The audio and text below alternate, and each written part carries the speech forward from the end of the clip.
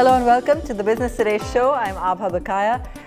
Delivered just a little more than a week before crucial assembly polls, Budget 22 defied all expectations by being non-populist. The budget, in fact, pushes the growth envelope with its focus on mega expenditure and investments. India's budget makers were at the India Today Budget Roundtable with Business Today TV's managing editor, Siddharth Zarabi. Take a look at what the Finance Secretary, Dr. T.V. Somanathan, Revenue Secretary Tarun Bajaj, and DIPAM Secretary Tuhin Kanta Pandey had to say about the budget this year. Good evening, a very warm welcome once again to this very high-powered panel, and I'm extremely honored, and on behalf of the India Today group, I want to welcome all three of you, the budget makers as we are calling you, and there are a couple of other colleagues at the secretary level who aren't here with us. The Economic Affairs Secretary was traveling, but the three main persons. And just by way of emphasizing the role, Dr. T.V. Somanathan on my left here is the Expenditure Secretary. He controls the purse strings. Mr. Tarun Bajaj decides to tax us or give us tax breaks. And Mr. Pandey is in charge of the big sell-off. And on today's session, on the time that we have, I want to do this in a slightly different manner with your permission. There's been so much of number crunching after the budget fine print that I'm sure you also don't want to be put through that at yet another meeting. So I'm going to begin with you, Dr. Somanathan. Knowing your capacity for numbers and number crunching, I'll try and keep it simple because I don't want to challenge you on your own turf. The first charge against you, Dr. Somanathan, as the Finance Secretary of India, you spent too less.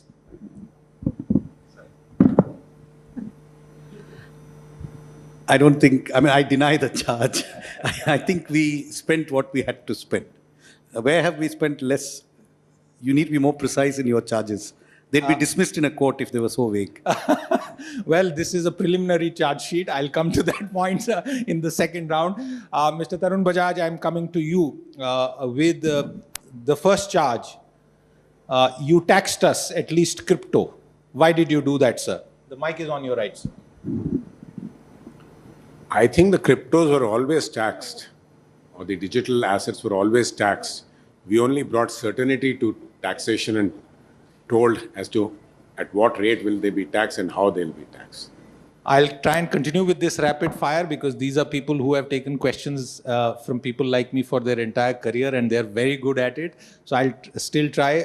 Mr. Pandey, the mic is with you, sir, and the charge on you is you didn't sell enough. At least you are not planning to sell enough next year. First of all, I'm in charge of not only selling but also non-tax revenue, where we have collected so far 40,000 crore through dividend. So money is money. It comes from different directions. Second, we have been realistic, what we can do, and disinvestment is two-way street. We can, if we have to sell, then others have to offer as well. That is a brilliant point. I'll come back to you, sir, and I'll request you to take the mic again, Dr. Somanathan. The second point is that while you are spending less, at least that's the charge and it's not proven, I take that point, you're not distributing cash, at least to those who need it. We are not distributing cash, but we are spending a lot of cash which gets into people's pockets. So we are trying to spend money in a way that boosts everybody's income, gives them a lasting increase in their income and not a temporary high from a temporary cash transfer. Two parts to it. Why? What is the philosophy behind it? And the second part would be you're also, according to some observers, turning off the tap on social sector spending perhaps a little too early. First, you must note that we're making huge transfers in terms of food. So we've given free food, 25 kilograms, to every one of 80 crore beneficiaries in the public distribution system. That is worth a lot. And that's targeted directly at the poor. So that's not a cash transfer, but it's an income transfer. And that's over and above the normal public distribution system. In terms of why are we doing capital expenditure of 1 rupee spent by the government, according to econometric studies, produces somewhere between 2 and 3 rupees of GDP over 1 to 2 years.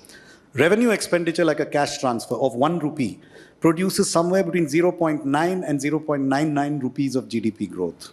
So if we are looking to revive growth and help everyone in the country, including the poor, including the needy, it's much better that we focus on the most growth-inducing type of expenditure, which is government infrastructure expenditure. That's what we think will, in the long run, provide the best amount of cash in hand to everyone in the economy.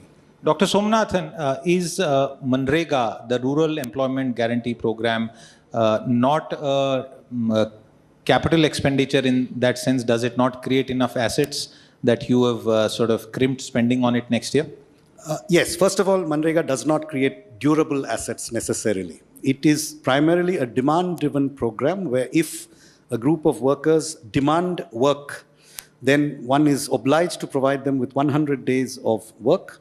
And the nature of the work is secondary. In fact, it is very clear. That's the design of the program. It's a wage employment program, not an asset creating program. And that is not a secret. That's part of the design. So in terms of what we have spent on it, we spent 98,000 crores in the current year, or will be spending 98,000 against a budget of 73,000 because demand has been higher than normal. If the economy were to do better, we expect the demand on this scheme to be lower because it is essentially a palliative to employment. It is not necessarily a substitute for gainful employment. So it's a relief measure. The quantum of the relief measure will depend on the extent of the stress in the economy. So if the stress is lower, the requirement will be lower. Mr. Bajaj, I'm coming to you now. And there's been so much that's been discussed on crypto. And therefore, I'm obliged to still take one question on that. And I have had this discussion with you before and tried to get your feedback on responses where they say that you've been punitive. You are treating crypto akin to gambling. And we had a Facebook session today with people from the industry, moderated by my colleague Rahul Kamal earlier today, where there was hurt expressed by the participants that how can you take cutting-edge blockchain technology people like us and lump them with gamblers or those who go to the horse races? How would you respond to that, sir? My response to that is that I think you, me, Dr. Somanathan and Tuhin, we all pay 30% marginal rate of tax on our incomes. So I'm sure you don't equate us with just the adjectives that you used, the gamblers and all that. So I think the point is very simple, that we don't see much economic value if they are trying to say that the underlying technology, even the RBI currency that will come out will use that same underlying technology. Our idea was to tax it at the highest marginal rate of tax which was prevalent in the country today. And we have done that. And I don't think there are any second thoughts about it. Yes, sir. And I think the blockchain technology is not something that exists only because of crypto assets. Okay. So blockchain technology is a separate, it can exist without crypto assets. Crypto assets use it. We are already using blockchain technology to identify geographical indicator coffee in the coffee board. So there are other uses for blockchain. How very interesting. So because if you want to trace that your coffee came from a particular field in Karnataka and sell it in London for a premium, then you need identification. So there is a pilot scheme in the coffee board which does that. Similarly, blockchain will be used, as Mr. Bajaj said, in the digital currency that the RBI will be using. So I think to connect the two is not necessarily correct. One quick follow-up on that, and I don't know if you've seen the movie Khosla Ka Ghosla. I'm sure many in the audience have. And the structural premise in that is that it's easy to fix land records. Could a blockchain be done by the government at the state level, obviously, because that's where all the land records are, to put all land records on a blockchain which can never be altered? Would you like to comment on that? It's theoretically possible. If all the original records were correct, then the transfer of the records could be put on a blockchain. But our challenge is to get the original records correct. You would have seen in this budget, by the way, I'm taking a departure from what you asked. that there's a specific reference to better systems for land registration in this budget, including software whereby you can sit in one city and buy land in another city online and transliterate documents from one Indian language to another, because many land records are in local languages. So that's the direction of improving land records is an important one. In the distant future, yes, there could be a blockchain system for it, but not in the immediate future. The point about being realistic with the disinvestment numbers, we'll come to that, but I want to take up Air India, possibly for you for the nth time, but please bear with me, just so that we get the whole context right. Fantastic move. There couldn't have been anything better. I personally, as a reporter, would say that this sets absolutely new benchmark. However, when it came to that very large portion of debt which the government has taken on itself, and I am relating it to what is happening in the insolvency and bankruptcy courts. Lenders are not just taking haircuts, they are going bald. 98%, 99%, liquidation value far below even the residual scrap value of many of these assets that are through the IBC.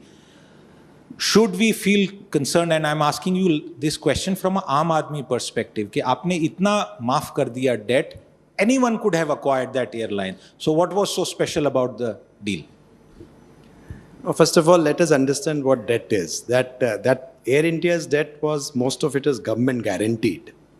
So it was like a sovereign debt in one sense, because, if Air India fails to pay, the government has to pay. So it's different from the otherwise debt, which is non-guaranteed, where the secured lenders have to go with the securities or to go through an NCLT process. The second one is that we had actually come out with an open bidding. Our bid parameter was that you bid equity and debt together as enterprise value put together. So it was a debt which was obtained from the bid, not really, fixed in one sense that we could have done better or we could have done more and so on. I think our previous, time, it did not succeed. One of the point was that we were, on the fixity of debt. The debt which is unsustainable has to be taken out. I mean, there's no doubt about it, because there's no underlying assets to it. So therefore, if you really say that, what we have really done is that the debt would have paid anyways.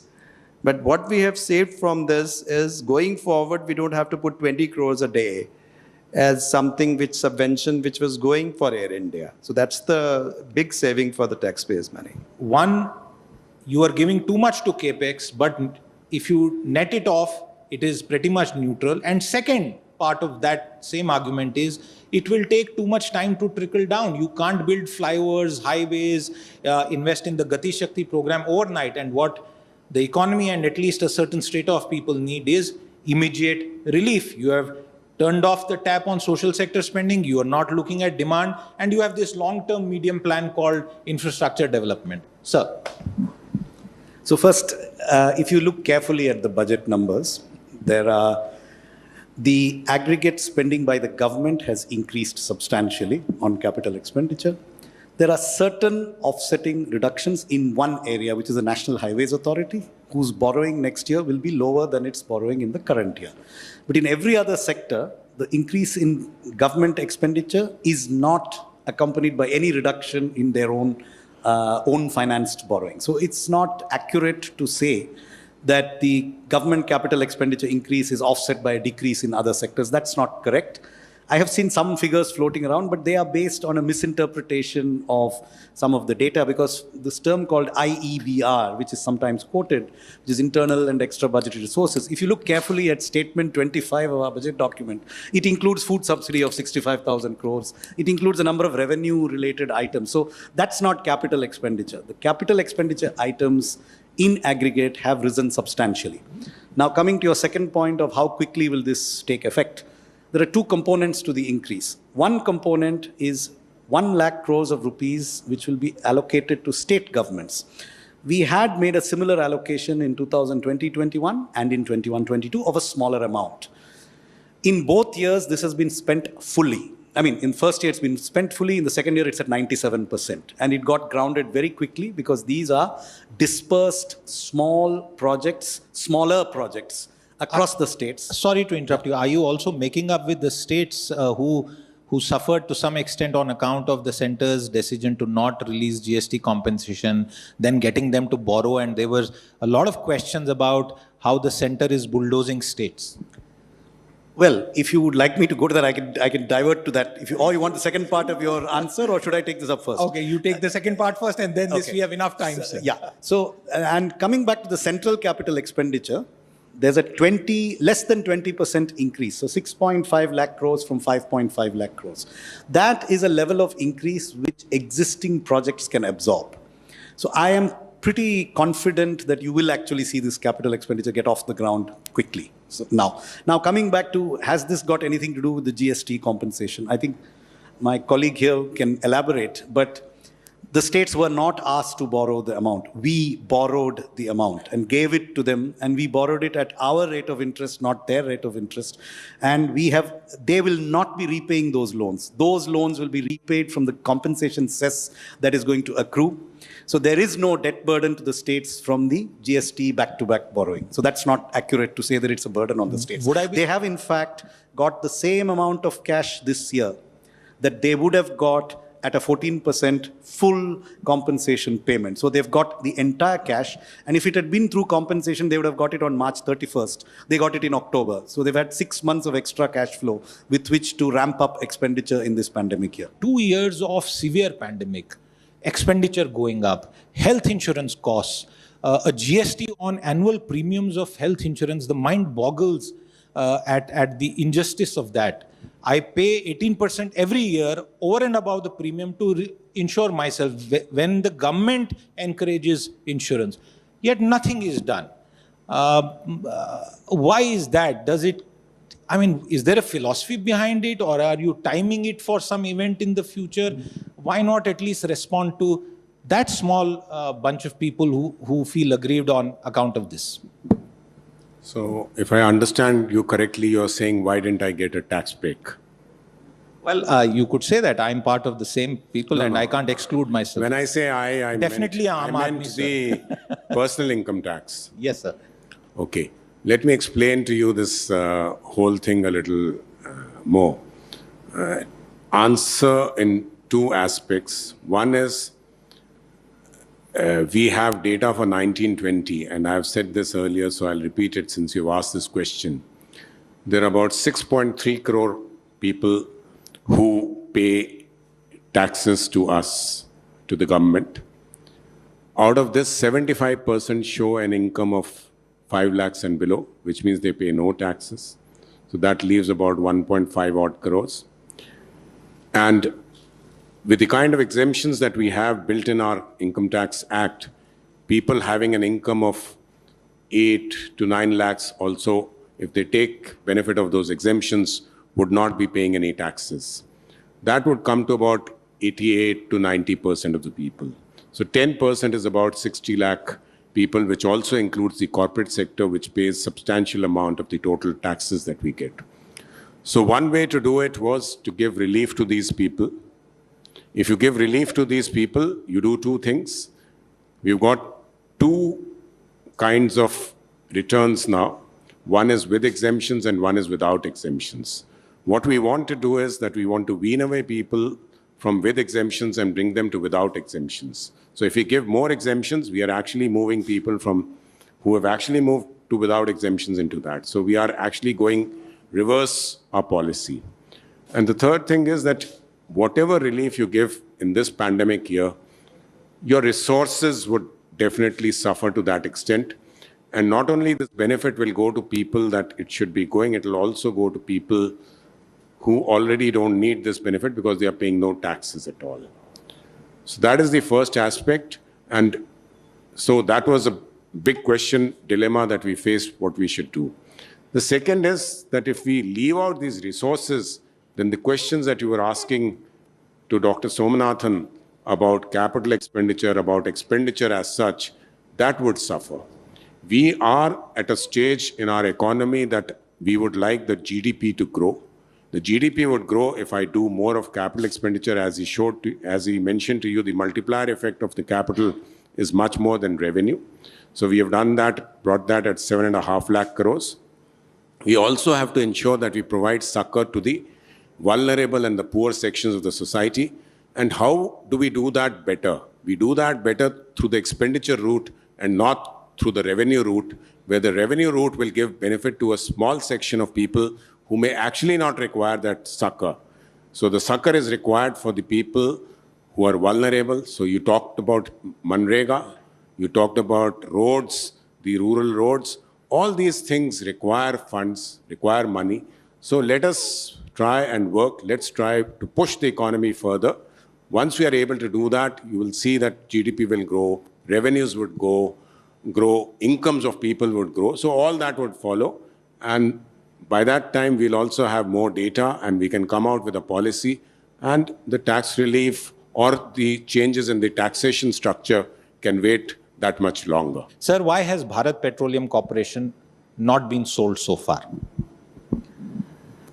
Well, I think it's been really caught up in energy transition, I think so. Because, we had the bids, initial bids, the qualified bidders, but we want them to come ready for the financial bid, and we are getting a little bit pushback on this. So, as I said, that you need two hands to clap in a competitive bidding process. We are taking process forward. There's nothing on our side. But I think it's a bit of a oil sector and the coal sector and the carbon economy and so on. And this ticket size is very large in this transaction. Would it be reasonable to say that for now it is kind of on the back burner? It's not on the back burner. What I'm saying is that, they should be ready to bid, financial bid. And in a competitive, you see, in everything in the government that we do, there's no bilateral process. We go through the financial bidding process, and we try and, as I said, we try our best to see that our structure of our transaction is not really adversarial. I mean, it is conducive to divestment, and that's how we go to the market. I want to take up the next big theme, which is the Life Insurance Corporation of India, and start by saying that we had the opportunity at India Today and Business Today last year to run some programming under the title of the Great Indian IPO. Where does the Great Indian IPO stand, sir? For a general mass audience, if you could offer more details. The Great Indian IPO is slated for March, and our DRHP will be filed this week with the SEBI. All right, sir. And is it possible for you to tell us whether the accruals from that sale will come in the current financial year or the next financial year? No, we are counting it in the current financial year. But again, as you say that, you have to keep in mind that we have policyholders there, and by law, we have policyholder reservation in this IPO, which is again a unique thing, going by the fact that policyholders have taken, have really blessed this organization for a long time. We want them to be the stakeholders, shareholders, and possibly, they will be also offered discounts. And LIC is actually doing a big campaign of, as per the legislation, try and enlist them for their PAN accounts and demat accounts so that they can possibly participate. In addition, there will be a huge number of retailers. If everything goes well, it will be a big moment for Indian stock market, because this is a very large organization. A big market cap is coming to the stock market, Indian stock market. Sir, one quick follow-up, and I know days before a DRHP, I shouldn't even be asking you this question, but I'll ask it in a different manner. Once listed, will LIC be amongst the top 3 companies in India by market cap? Well, I think, as I said, that our embedded value is upwards of 5 lakh crore. So I think people are making guesses. As I said, that this is the early stage of marketing in this IPO. And once the DRHP is filed, that I think price will be discovered over the period. I mean, we have 1 month to go. Suffices to say is that there is a tremendous amount of interest from the general public, very wide public to this IPO. The budget makers for you right here on the Business Today show will continue to bring you in-depth knowledge and insight from our experts. Do stay tuned, lots more coming up. Thanks for watching.